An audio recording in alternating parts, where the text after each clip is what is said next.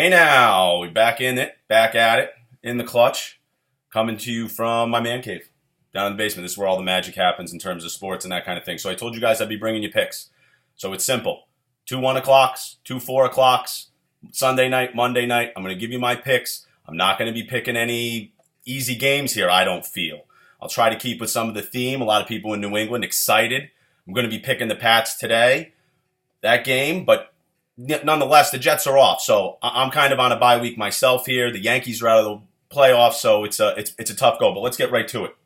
Keeping it short and sweet for you.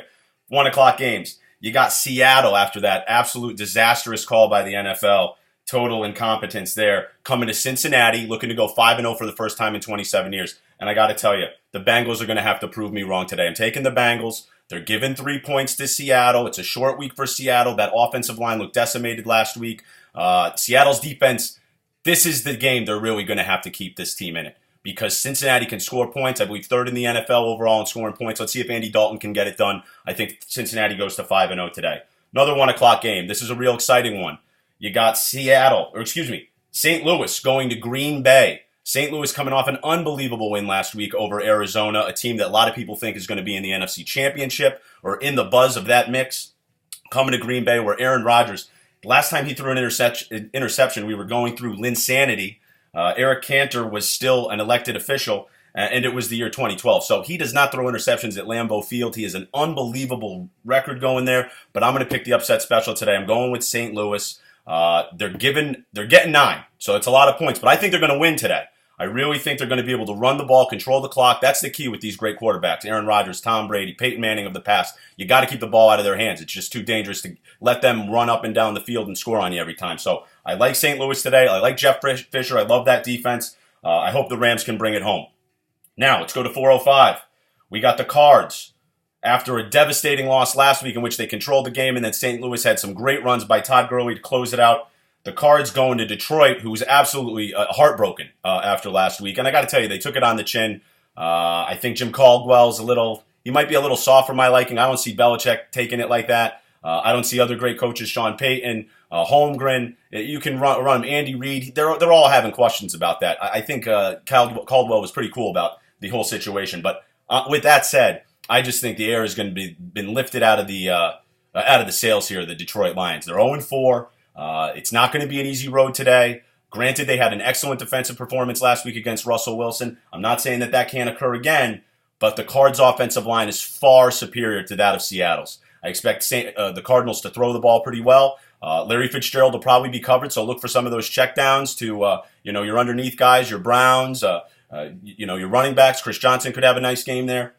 I really think the Cardinals are going to win. They're giving 4 to Detroit, but I like the Cardinals. And then we have the 4:25.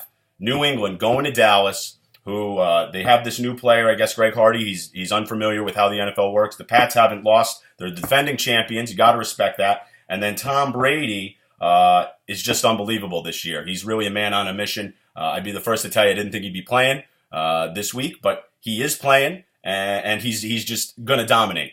Greg Hardy made the fatal mistake of opening his mouth and giving the Pats bullet-borne material. And as we know, as being a Jets fan, as many of you know, that is just appetite for destruction. So I believe the Pats are going to have a lot of stuff over the top to Gronkowski. I think Chandler might get involved in the mix. And I think when their Dallas defense is compensating for that, you're going to see guys like Deion Lewis and Edelman have nice games as well. Dallas's defense has given up 900 yards the last 2 games. I don't see them really pulling it around. Maybe they got a chance on offense. Unfortunately, some of their weapons are out. Lance Dunbar, Des Bryant, Tony Romo. You know these guys. But Brandon Weeden really hasn't shown me much. He's 0-10 in his last 10 starts. I like the Pats today. I like the Pats big. They're probably going to win by, they've been winning by 20 every week. So why would this week be any different? Sunday night, New York Giants on the rise. Eli Manning actually protecting the ball this year. 7 touchdowns, 1 interception. San Francisco 49ers coming to town. San Fran is getting 7. I love the Giants tonight. I just don't think San Fran has enough to do it. Hopefully Carlos Hyde, if they have a chance, is going to be able to control the clock a little bit, keep the ball out of Eli and that offense's hands. I think Eli's getting very comfortable with Bob McAdoo's offense and great things to come. So I really think the Giants tonight could be a big game, could be a high-scoring game for the Giants in terms of, they get ahead and then San Francisco kind of creeps into it with some garbage points. So maybe the over even coming in, but I like the Giants. And then Monday night, you got your man Phillip Rivers in San Diego. You got the Pittsburgh Steelers coming to visit. No Ben Roethlisberger, no Martavis Bryant.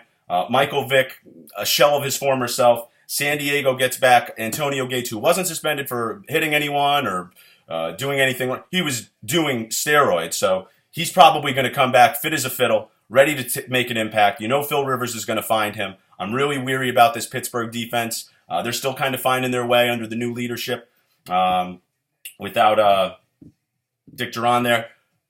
But there's a lot of things that could go wrong for, I don't even know if that last thing I said was right, but there's a lot of things that could go wrong for Pittsburgh this week. I just don't see it happening. So check it out. San Diego, given 3.5 over Pittsburgh, or excuse me, it was Dick LeBeau. See, it just came to me. So San Diego, given 3.5 to Pittsburgh. I love San Diego this week. I love Danny Woodhead this week, and maybe even Melvin Gordon gets it going. So check it out. That's what's this week's Auty's Pick'ems. We're going to do this every week. Remember, 2 at 1 o'clock, 2 at 4 o'clock, 1 Sunday night, 1 Monday night. And let's see if we can have some fun with this. We're going to keep track. But you guys enjoy the games today. Have a great holiday weekend. It was great seeing everybody and having the support this past weekend on Friday. So thank you to everybody. And let's, hey, it's football Sunday. Let's enjoy it. Have a good one. God bless.